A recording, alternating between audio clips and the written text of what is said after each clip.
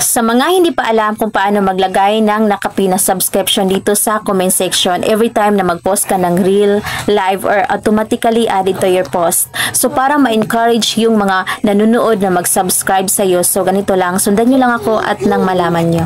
Punta lang tayo sa Facebook app natin, pindutin natin.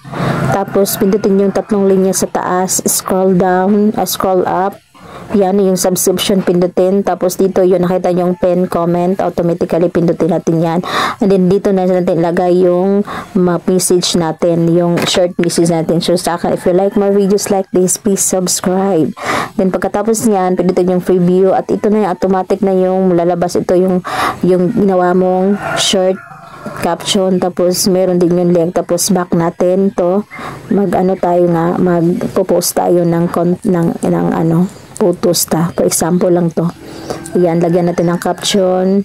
Tapos, ipopost na natin. Ayan. Yan, and then, i-refresh natin. Punta tayo sa mismong account natin. Scroll down. Ayan, at nakita nyo yan. Nakita mo yung may nag-comment dyan. O, yan mismo yung, diba, pinopost natin. So, ayan na nga. Nakita natin. Automatic na siya talaga.